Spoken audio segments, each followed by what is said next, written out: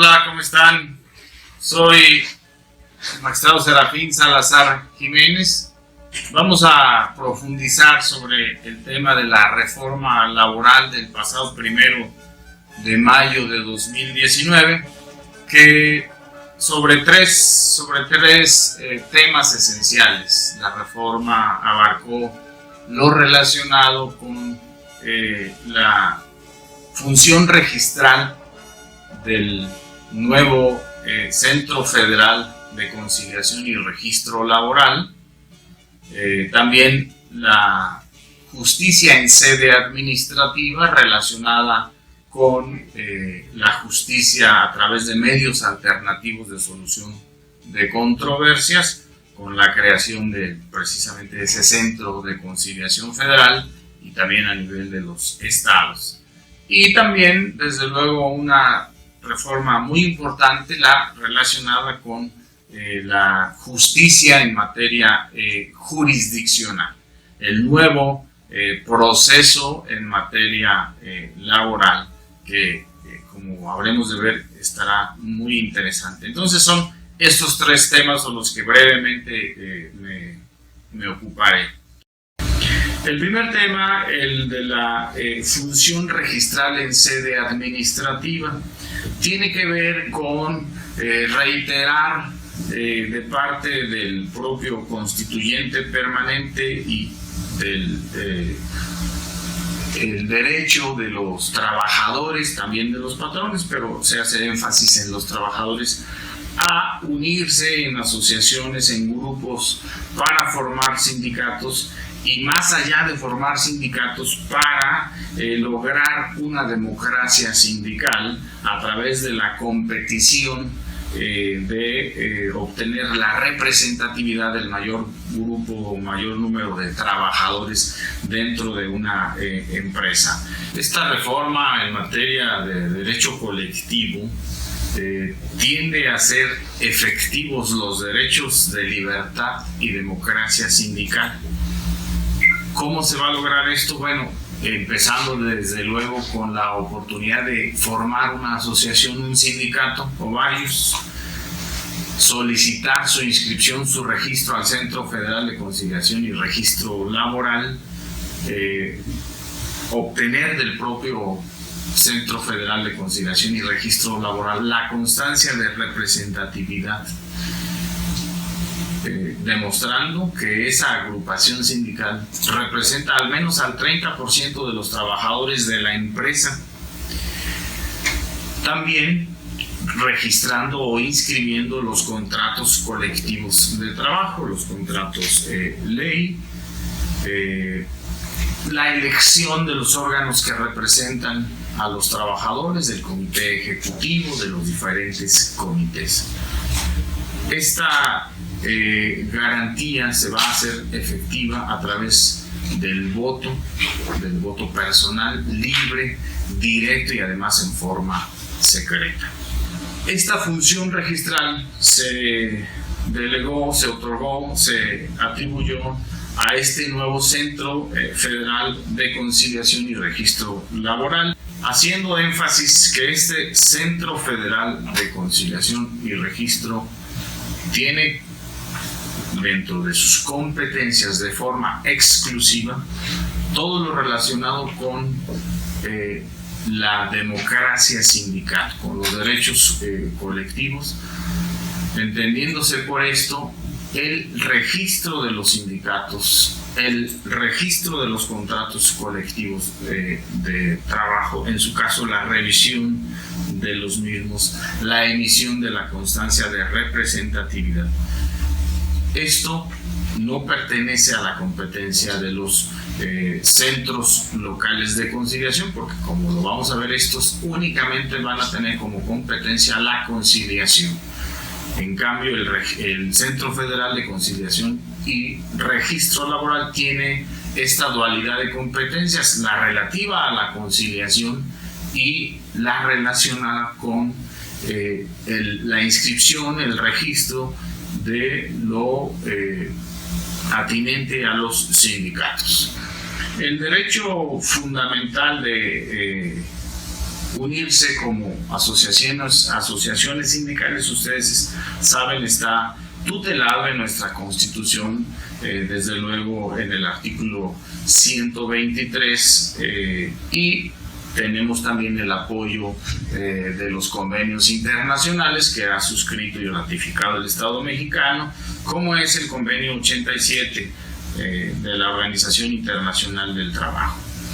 ¿Sobre qué bases se va a trabajar en esta nuevo derecho a sindicalizarse como trabajadores?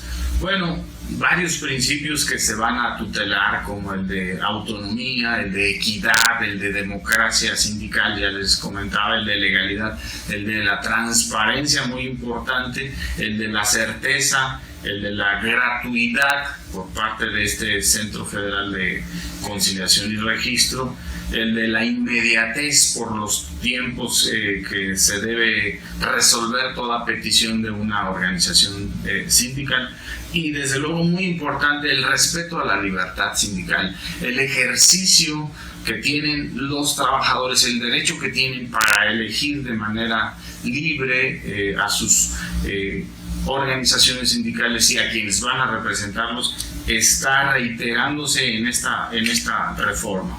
Vamos a conocer un poco sobre el procedimiento de registro de estas organizaciones sindicales, sea de trabajadores o de patrones. ¿Qué tenemos aquí? Bueno, los grupos de trabajadores tienen derecho, desde luego, a redactar sus estatutos y los reglamentos que los vayan a administrar, los reglamentos interiores de trabajo. Tienen el derecho de elegir de manera libre a sus representantes sindicales, y vamos a ver que la Ley Federal del Trabajo estableció un procedimiento en donde se tutele ese derecho de elegir de manera libre, de manera directa y además en forma personal y en secreto ese derecho a votar para integrarse a una organización sindical si es que hay litigio entre más de una organización por la titularidad del contrato colectivo de trabajo. Desde luego, pueden constituir las organizaciones sindicales que consideren convenientes. Una vez que el grupo sindical cumple con estos elementos de redactar sus estatutos, de establecer cuál es su comité ejecutivo, desde luego se hace la petición de inscripción ante el registro federal, ante el Centro Federal de Conciliación y Registro Laboral. ¿Cuáles son las obligaciones de este centro de registro? Pues tiene que proveer sobre precisamente la constancia de que se ha cumplido con los requisitos y se otorga el registro a esa agrupación sindical. En caso de que no se cumpla con alguno de los requisitos, desde luego tiene derecho el solicitante a que se le prevenga. Se le da un plazo de 3 días para que subsane la omisión o la imprecisión que tenga en su petición, y hecho esto se le debe otorgar su constancia de registro. El derecho a asociarse, a integrar un sindicato, se constituye por el solo hecho de que la agrupación, en este caso de 20 trabajadores, como lo prevé la ley, se celebre. Es decir, no está sujeto a que se constituya con el registro. El registro únicamente nada más es un dato declarativo, pero no constituye el derecho. ¿Cuáles son los supuestos en que se puede determinar la cancelación de un registro? Bueno, pues cuando se disuelva el sindicato, o bien cuando no se cumplan los requisitos legales. Pero la reforma tuteló el derecho de que esta cancelación, esta suspensión del registro no puede hacerse por vía administrativa, es decir, no lo puede determinar el Centro Federal de Conciliación y Registro. Tiene que ser en vía jurisdiccional a través de la nueva justicia laboral, es decir, a través del juez que en su caso conozca del proceso. ¿Cuál es el contenido de los contratos colectivos de trabajo? Se prevé en la ley. Desde luego deben constar los datos de identificación de los contratantes, tanto de la empresa como de los trabajadores, la duración del contrato, si va a ser por tiempo indeterminado o para obra determinada, en general las condiciones de trabajo como es la jornada, el monto de los salarios y las cláusulas relativas a la capacitación y adiestramiento de los trabajadores. La representatividad de las organizaciones sindicales, les comentaba, este es un tema muy importante. La teleología de esto es que para que se pueda celebrar un contrato colectivo de trabajo es necesario que el sindicato obtenga del Centro Federal de Conciliación y Registro la constancia de representatividad. ¿Y esto con qué propósito? Bueno, pues para que se alcancen los principios de representatividad sindical, se tenga la certeza de la firma, registro y depósito de los contratos colectivos de trabajo. El procedimiento, pues es que se hace la petición al Centro Federal de Conciliación y Registro Laboral, se dice el nombre del sindicato, el domicilio que se indica para recibir notificaciones, los datos de identificación del patrón y el listado que acredite que se cuenta con el respaldo, dato muy importante, cuando menos del 30% de los trabajadores que están en esa fuente de trabajo o que son cubiertos por el contrato colectivo de trabajo. Si falta algún requisito, reitero, el Centro Federal debe prevenir al solicitante para efectos de que lo subsane. Se debe publicar, se debe hacer pública la petición para que cualquier otra organización sindical o cualquier persona pueda adherirse a esa solicitud de constancia de representatividad, de manera que si hay competición, si hay más de una organización sindical pretendiendo la representatividad de ese grupo de trabajadores, se tiene que llevar todo un proceso de votación mediante el voto personal libre, directo y además secreto, para que se determine cuál de las organizaciones sindicales es quien logra esa mayoría del 30%. Desde luego que se hace la elaboración de un padrón, se emite una convocatoria con los plazos suficientes para que las personas puedan ir a votar, a ejercer ese derecho, y además el Centro Federal de Conciliación y Registro Laboral debe dar las garantías de seguridad para que el ejercicio de este derecho, que es uno de los que se tutela en esta reforma, se puede ejercer de manera libre, pacífica, ágil y segura. Se hace la notificación, desde luego, de la solicitud, y las partes que pretenden la representatividad, obtener la constancia de representatividad, tienen derecho a ser observadores en el escrutinio y cómputo de esa votación. Las reglas de la votación, bueno, pues previo a que se haga la votación se deben colocar mamparas, urnas transparentes debidamente vacías, se emite el voto previa identificación del trabajador, con identificación desde luego oficial y vigente. Durante este ejercicio de votación, ningún trabajador puede vestir con algún color que identifique a alguno de los grupos sindicales que están solicitando esta constancia de representatividad. Tampoco va a aparecer el nombre del votante por la secrecía precisamente del voto. En su momento pues se hace el escrutinio de los votos, se hace el cómputo y se levanta el acta en donde se haga constar precisamente el resultado. ¿Cuál es el procedimiento de consulta para los trabajadores en el caso de un contrato colectivo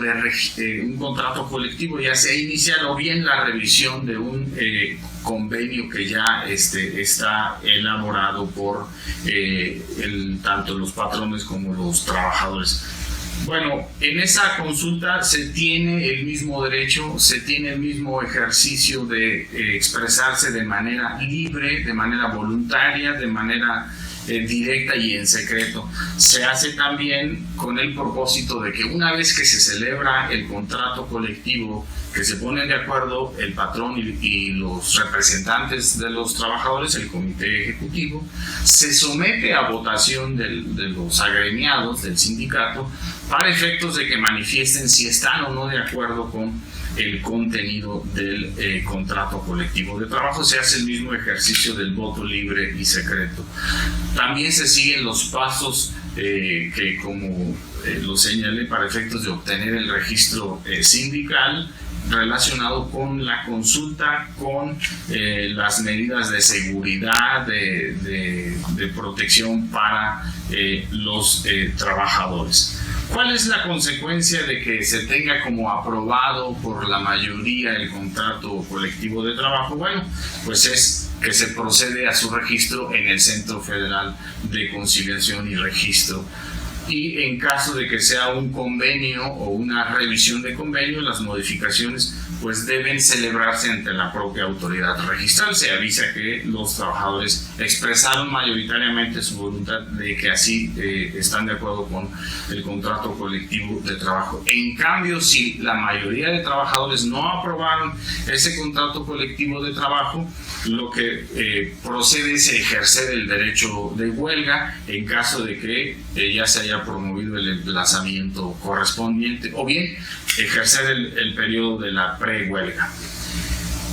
El procedimiento que se sigue también por otro tema relacionado con el depósito de los contratos colectivos de trabajo, los contratos ley, el reglamento interior de trabajo. La teleología de esto es obtener el registro de cada uno de los contratos colectivos de trabajo suscritos mediante la legitimación de los trabajadores. Ese acto desde luego consagra el derecho que se tutela en el artículo 123, apartado A, fracción 18 y fracción 20 bis de la propia Carta Magna. Los requisitos de esos contratos, pues uno muy importante que tiene que constar por escrito y que se hace por triplicado, uno para cada parte de los que suscriben el contrato y el tercero para que precisamente se entregue al Centro Federal de Conciliación y Registro Laboral. ¿Cuándo surte efectos ese contrato? Pues a partir de la fecha y hora en que es presentado ante el citado Centro de Conciliación y Registro Laboral. Con la reforma también se tutela el derecho de la democracia sindical para la elección de las directivas y las secciones sindicales con las mismas características de poder ejercer de manera directa el voto, de manera personal, libre y además en secreto. Se sigue el mismo procedimiento que ya les comenté para solicitar la constancia de registro o para cuando se consulta el contrato colectivo de trabajo. Desde luego que igual se tienen que dar las garantías de seguridad para que el ejercicio de este derecho se lleve a cabo de forma plena. ¿Quién debe garantizar esto? El Centro Federal de Conciliación y Registro Laboral.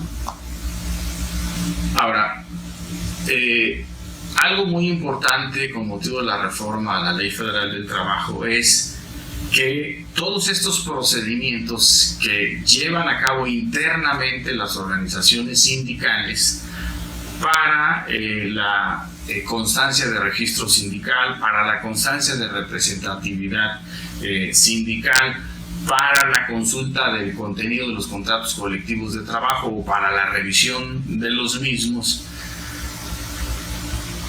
Todo el procedimiento que se llevó a cabo internamente por las organizaciones sindicales puede ser revisado de manera voluntaria o bien oficiosa por el Centro Federal de Conciliación y Registro Federal.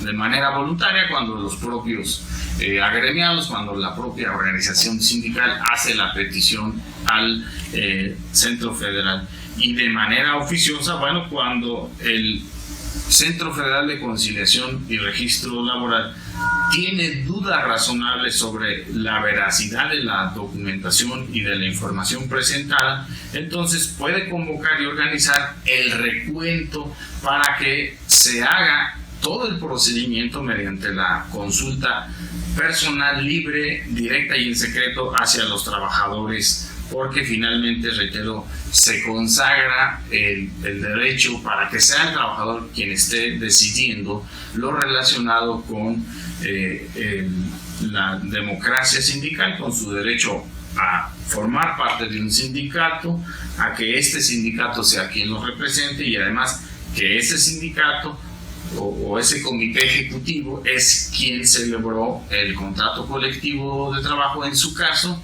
los términos en que este ha sido aprobado y que el trabajador mediante ese voto manifiesta su conformidad. Bien, pues básicamente eso es por cuanto se refiere a la nueva etapa relacionada con el derecho sindical, con todo lo relativo al ejercicio del voto para elegir a los representantes sindicales. Pero ¿qué pasa con los actuales contratos colectivos de trabajo que ya están operando desde antes de la reforma? Bueno, en la Ley Federal del Trabajo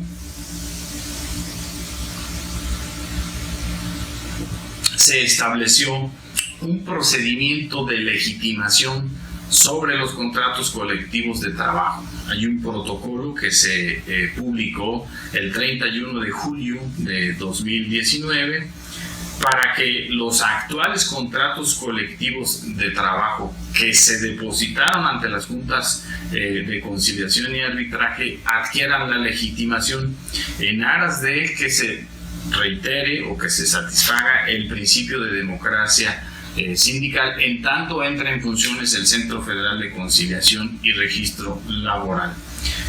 ¿Cómo se hace este procedimiento de legitimación? Bueno, la organización sindical tiene que dar aviso a la Secretaría del Trabajo y Previsión Social, tiene que establecer cómo va a realizarse este procedimiento de consulta, tanto sobre su existencia como organización sindical, sobre el contenido del contrato colectivo de trabajo. Se establecen desde luego plazos para que estas organizaciones sindicales obtengan esa legitimación.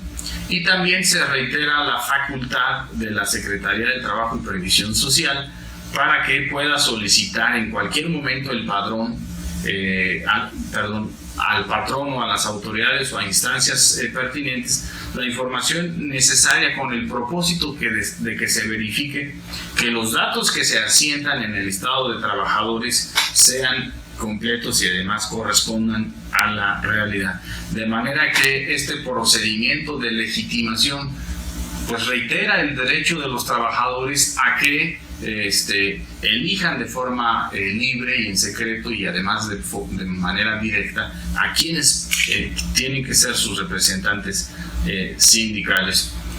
En este caso, las organizaciones sindicales en el proceso de legitimación pueden llevar a cabo todo su procedimiento mediante la intervención de un fedatario público que dé fe de todo ese procedimiento, con los mismos parámetros que para cuando se va a hacer como primera vez, con la emisión de convocatoria, estableciendo el lugar, la fecha en que se va a llevar a cabo las votaciones, con el padrón, que se identifique el padrón de trabajadores, el listado de los mismos, la impresión de las boletas en donde se va a plasmar ese procedimiento de consulta, ese voto, y también desde luego tienen que darse a conocer o publicarse el resultado de la votación. Una vez que se obtiene, se hace la manifestación bajo protesta, es decir, verdad que el sindicato va a resguardar esa acta de votación, el listado de los trabajadores, y en caso de que se requiera también se puede solicitar la consulta de ese procedimiento. Reitero, esta Secretaría del Trabajo tiene la facultad de hacer la revisión de ese procedimiento. Y con ello ya se obtiene la constancia de legitimación en el sentido que los contratos colectivos de trabajo que actualmente operan ya cumplen con los requisitos de la reforma en materia de democracia sindical. Pues a grandes rasgos eso es lo que tenemos en relación con el derecho a la democracia, ejercer de manera democrática la elección de las agrupaciones sindicales y de las directivas. Vamos a pasar al siguiente tema relacionado con la justicia en materia laboral en sede administrativa. Como les comento, esta es una parte sustantiva de la reforma, porque se espera que con la instauración de este procedimiento previo al juicio se agote la justicia laboral en sede administrativa mediante los medios alternos de solución de controversias.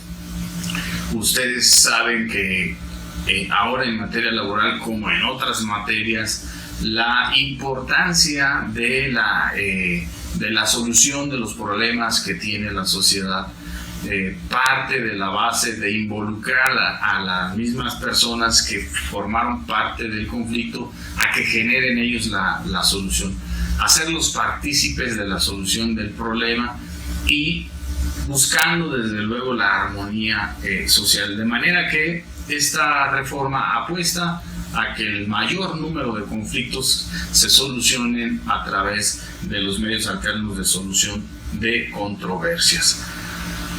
¿Y qué es lo que se establece? Bueno, se crea precisamente el Centro Federal de Conciliación, que ya sabemos que también es de registro laboral, pero esta es su otra función, la conciliación. Y paralelamente en cada estado debe crearse un centro de conciliación en materia laboral. Su función esencial en este apartado es lograr la conciliación entre las partes con los conflictos que se sometan a su consideración. Hay algunas excepciones que vamos a mencionar de manera muy breve, pero la mayoría de casos deben someterse obligatoriamente al centro de conciliación laboral.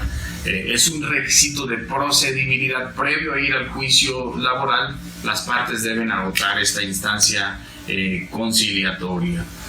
Y bueno, aquí se espera que vengan como conciliadores personas que tengan capacidades profesionales y capacidades personales.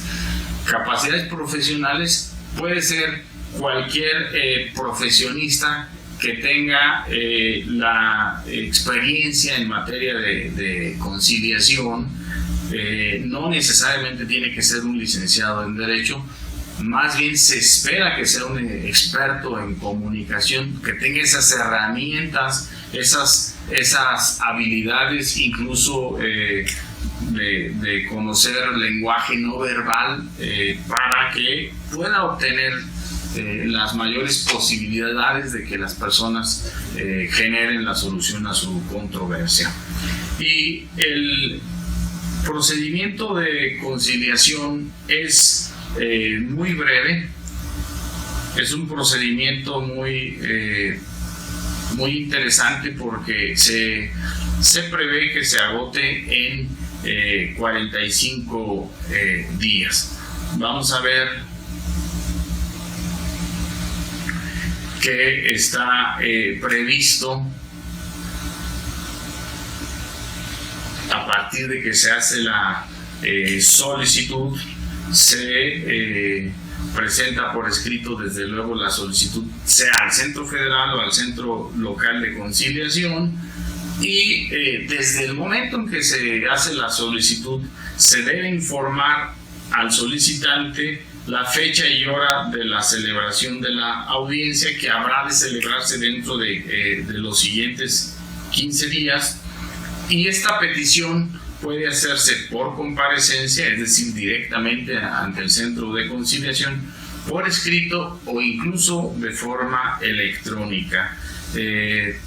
Este Centro de Conciliación, sea federal o local, tiene también como entre sus funciones auxiliar a los interesados, sea trabajadores o sean patrones, sobre el contenido de sus derechos y obligaciones, sobre los plazos de prescripción y, en general, decirles el propósito de la conciliación, que es dar solución a su controversia, pero con la idea de que lo que ahí se solucione, lo que ahí se señale, va a constituir cosa juzgada. En este procedimiento, una vez que se recibe la solicitud, la autoridad conciliadora señala la fecha y hora de que se va a llevar a cabo la audiencia de conciliación, que, les reitero, es dentro de los 15 días siguientes. Se emite el citatorio para que se haga llegar o se haga comparecer a la parte citada, y se le debe dar oportunidad cuando menos de que 5 días antes del día de la audiencia.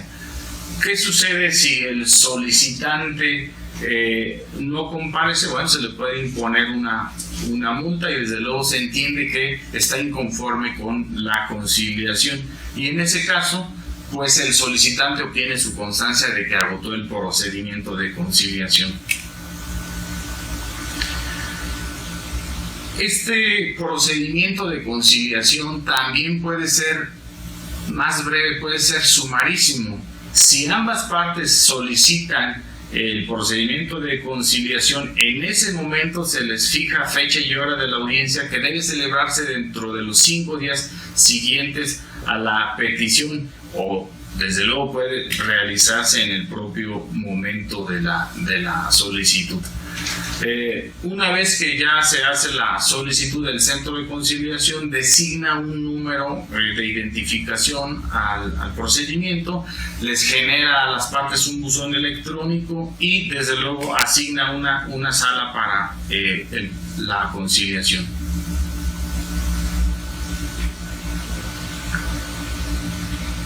Una vez que se recibe la solicitud, también es posible que el Centro de Conciliación considere que no es competente para conocer de ese procedimiento o de esa petición.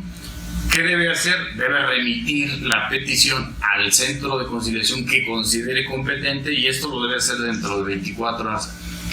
Y le debe señalar al solicitante cuál es el lugar al que lo están enviando, cuál es el Centro de Conciliación que debe conocer de su problemática. Bueno, cuando llegan a la audiencia de conciliación, si logran, por la intervención de este tercero llamado conciliador, a convenir, a solucionar el problema, se celebra un convenio que debe constar por escrito, y ese convenio se ratifica en ese momento. Desde luego que si se están haciendo propuestas, pues pueden constar por escrito, pero estamos hablando de borradores. Cuando ya se logran poner de acuerdo, bueno, se formaliza, se hace por escrito y se ratifica en ese momento ante el conciliador. No necesita ir, no se requiere llevarlo ante el juez laboral, no. En el propio Centro de Conciliación se tiene por ratificado y constituye cosa juzgada. Se entrega, desde luego, copia autorizada a cada parte, y una vez que ya, reitero, se ratifica, se adquiere la condición de cosa juzgada. ¿Qué sucede si, por el contrario, las partes no se ponen de acuerdo? Bueno, la autoridad conciliadora emite la constancia de que ya se agotó la etapa de conciliación prejudicial obligatoria. No obstante ello, como les dije que este procedimiento puede agotarse en 45 días y la audiencia se señaló para los primeros 15. Las partes, si así lo consideran de común acuerdo, pueden solicitar nueva fecha de audiencia de conciliación y, de ser el caso, esta debe celebrarse en los siguientes 5 días. El propósito, reitero, tiene que ser que el conciliador logre la solución del conflicto en esa fase para efectos de que se alcance la justicia que están desde luego anhelando las partes. ¿Qué pasa si no comparecen las partes? Bueno, si no comparece el solicitante, se emite la constancia por parte del centro de que no tuvo interés, se archiva el expediente. ¿Esto qué quiere decir?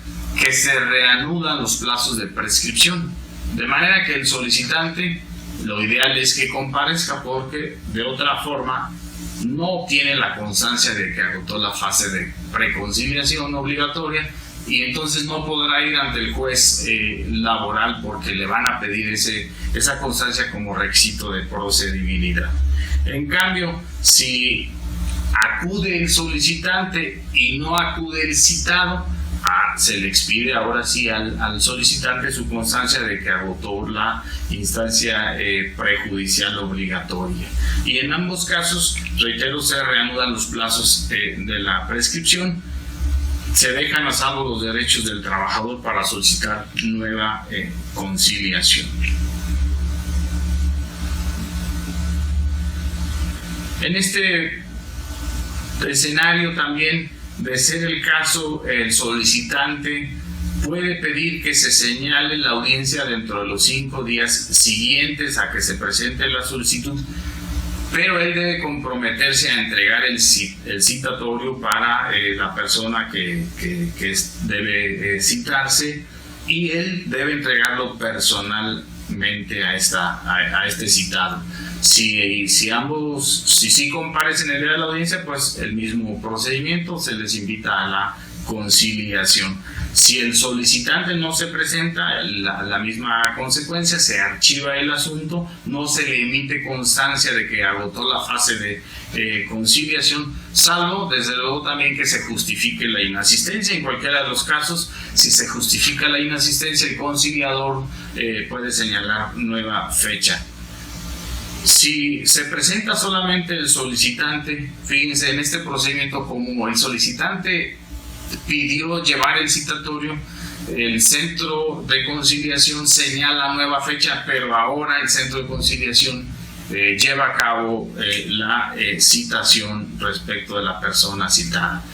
Esto es, originalmente se permite que el solicitante apoye en llevar el citatorio, pero si por alguna razón no se logra que vaya el citado, se entiende que el centro de conciliación ejerce nuevamente su facultad y lleva a cabo el procedimiento, y entonces ya se hace ordinario para que la audiencia se lleve a cabo en los 15 días siguientes.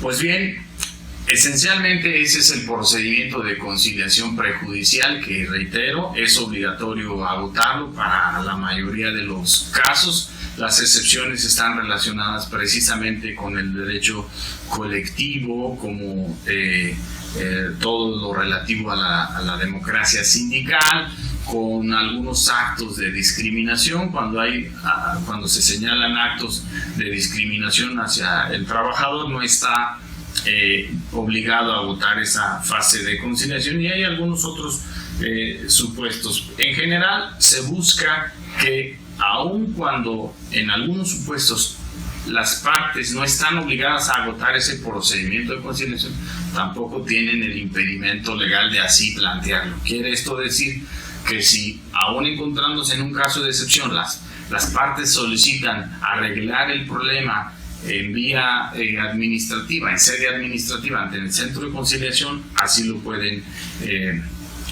lograr. Finalmente, decirles que este procedimiento de conciliación va a operar en este mismo año 2020, a partir del mes de octubre en varios estados de la República, desde luego también a nivel federal y a nivel local, y todas las convocatorias que se emitan para elegir a los conciliadores deben ser mediante concursos libres y mediante concursos abiertos. Bueno, vamos finalmente con el tema relacionado con la justicia laboral ante el nuevo juez del proceso laboral. Con motivo de la reforma se ha establecido un procedimiento ordinario que está diseñado para la mayoría de los casos, pero también hay varios procedimientos especiales para solucionar conflictos tanto individuales de seguridad social como conflictos colectivos de naturaleza económico. También hay un procedimiento específico para la huelga, hay un procedimiento para la fase de ejecución y hay procedimientos para procesales o voluntarios como estos, donde el patrón solicita que se le notifique al trabajador que está rescindido de su trabajo. ¿En qué casos procede el procedimiento ordinario? Bueno, son para los conflictos individuales y colectivos que no tengan señalada una tramitación especial por exclusión. Pero se hace el énfasis que las reglas del procedimiento ordinario aplican a todos los procedimientos especiales, en lo que así se indique de manera expresa en cada procedimiento. Cuando las partes acudieron al procedimiento de conciliación prejudicial, estuvieron expresando sus posturas, manifestaron diferencias en cuanto a jornada laboral, en cuanto a salario, todo lo relacionado con su situación obrero-patronal. Bueno, todo lo que hayan manifestado las partes o reconocido no puede constituir antecedente o prueba en el juicio laboral. Esto es muy importante. Si hay algún hecho reconocido en la fase de preconciliación, no puede invocarse en la demanda ni tampoco en la contestación de la misma.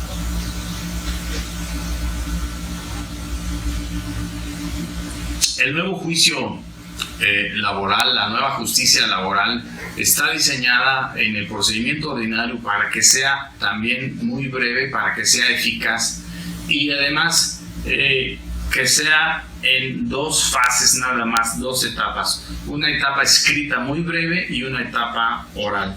La etapa escrita tiene como propósito fijar la demanda y la contestación de la demanda, fijar la litis por escrito, y ya en la fase oral se deben resolver de forma rápida y de forma eficaz el propio problema jurídico que se le presente al juez. Se presenta la demanda laboral, que tiene que ser por escrito. Se hace, como en cualquier demanda, el señalamiento de los generales, de los hechos, de las prestaciones que se solicitan, y esto es muy importante. Tienen que referirse, tiene que hacerse la relación de las pruebas que se van a ofrecer, y además, si ya cuentas con esas pruebas, debes adjuntarlas desde la demanda, con las salvedades de que si la tiene una autoridad, tú puedes decirle desde entonces al juez que te solicite para que esa autoridad te expida esa prueba. ¿Qué tiene que acompañarse de la demanda? El requisito de procedibilidad que ya habíamos visto, la constancia de que se agotó la conciliación prejudicial, desde luego lo que acredite la personalidad, y reitero las pruebas que se tengan a la mano. La fase escrita, como les comentaba, es muy breve, y esta fase escrita está a cargo de un secretario o instructor.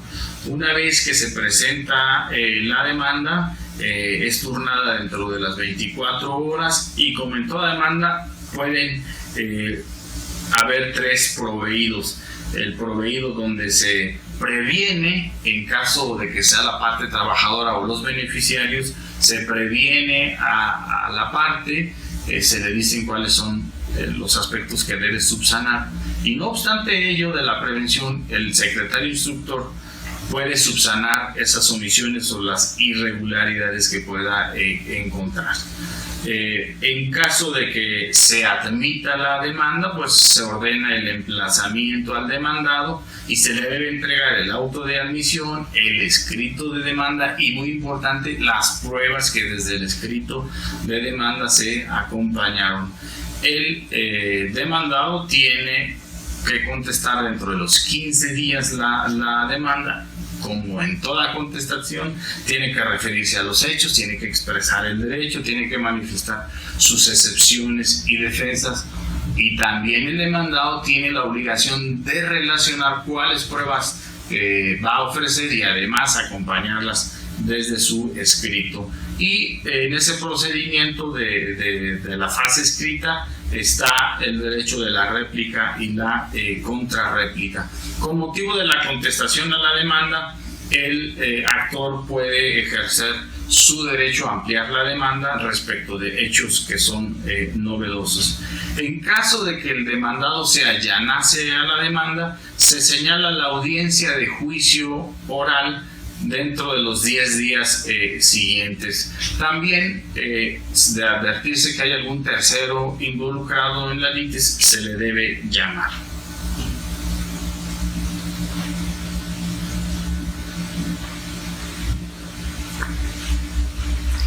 Esa fue la fase escrita. El secretario instructor se encarga de recibir la demanda, de proveer lo relacionado con la demanda, de recibir la contestación de la demanda y lo relativo a las pruebas que en su caso se ofrezcan. Contra los actos del secretario instructor procede el recurso de reconsideración que debe solucionar el juez en la audiencia preliminar. Y entonces vamos a la fase propiamente oral. La fase oral se compone de dos audiencias, la audiencia preliminar y la audiencia de juicio.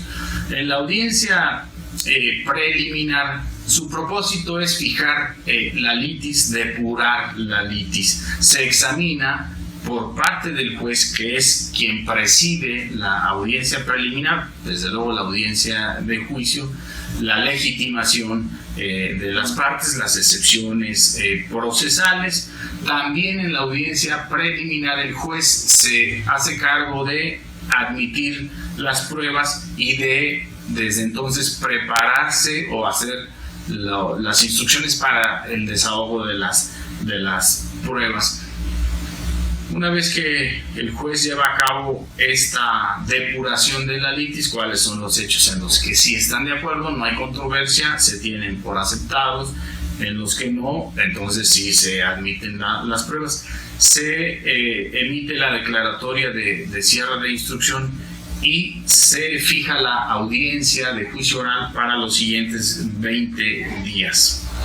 Como les reitero, el juez en esa audiencia preliminar debe resolver el recurso de reconsideración que hayan interpuesto las partes respecto a las actuaciones del secretario instructor. Si el juez lo considera fundado, debe proveer al respecto. Y llegado el momento de la audiencia de juicio oral, que es propiamente para el desahogo de las pruebas, las que ya se prepararon, las que se van a desahogar en ese momento, procede en primer lugar que se provea sobre las del actor, enseguida de las del demandado. De ser el caso, puede determinarse por parte del juez la deserción de las pruebas que no se hayan preparado de forma adecuada. También, en caso de que se justifique la no preparación de las pruebas, el juez puede señalar nueva fecha, nuevo día y hora para que dentro de los 10 días siguientes se reanude el desahogo de las pruebas pendientes. Hecho esto, se emiten los alegatos por parte de las partes o de forma oral, desde luego, y ahí se declara la etapa de juicio como cerrada. Se cierra la etapa de juicio, procede que el juez enseguida emita su sentencia, que debe dictar en la misma audiencia en casos excepcionales dentro de los 5 días posteriores. Como sabemos, tratándose de este tipo de procesos laborales, como actualmente incluso lo es, no hay recurso en contra de la sentencia que se dicte por parte del juez laboral, de manera que esa sentencia se torna definitiva. También se prevé la aclaración de la sentencia, sabemos, por aspectos secundarios, aspectos accidentales. Quiero resaltar en este nuevo proceso laboral la importancia de los principios tanto personales como procesales. Los personales sabemos que tienen que ver con, en este caso, el juez, secretario instructor, que deben estar en la audiencia. Especialmente el juez es quien debe presidir la audiencia tanto preliminar como la audiencia de juicio oral, y en ella lo que se destaca como son propio de los juicios orales adversariales es la inmediación, esta oportunidad que tienen las partes de estar frente al juez, frente a su contraparte, frente a los testigos, frente a los peritos, de modo tal que ellos pueden percibir, pueden entender, pueden estar en la propia audiencia y conocer, como reitero, es el propósito, que ellos se involucren en su problema jurídico y desde luego en la solución. Esta forma de llevarse a cabo este juicio oral tiene las ventajas también de que es en una sola audiencia, es de manera continua, de que es breve y, muy importante, como ya decíamos, el principio de veracidad. Las partes deben conducirse en todo momento con verdad. Como ahí está precisamente el juez, están las demás partes, tienen la oportunidad de confrontar cada una de ellas lo que estén señalando respecto de los hechos materia de controversia. Desde luego, este proceso laboral pues tiende a ser más sencillo, tiende a concentrar todo en una sola audiencia. Además, sabemos que es un procedimiento público al que pueden accesar, además de las partes, otras personas, con las reservas cuando hay algunos intereses que puedan verse afectados, como en el caso de menores. Es gratuito y también este proceso laboral es eminentemente conciliatorio. ¿Qué quiere esto decir? Que el juez debe tener una actitud proactiva en todo momento durante el desarrollo del juicio, tanto en la fase escrita, muy breve, que conduce ciertamente el secretario instructor, pero enseguida en la audiencia preliminar. Desde ese momento el juez debe tener esa actitud proactiva para lograr que las partes solucionen su controversia. De manera que, como les comento, es una reforma muy importante que debe dar certeza a los ciudadanos de que sus problemas laborales van a tener una solución a cargo de un juzgado, sea local o sea federal, especializado en la materia laboral, con personal seleccionado mediante concursos de oposición abiertos, y ello también, reitero, con la oportunidad de que, al estar las partes frente a frente, tengan la oportunidad de conciliar sus intereses y arreglar el conflicto de manera pronta, de manera efectiva, de manera real, con la supervisión, la tutela siempre del juez especializado en la materia, para que los derechos de ambos estén tutelados. Es por lo que ve al proceso laboral lo que quiero compartirles. Les agradezco mucho.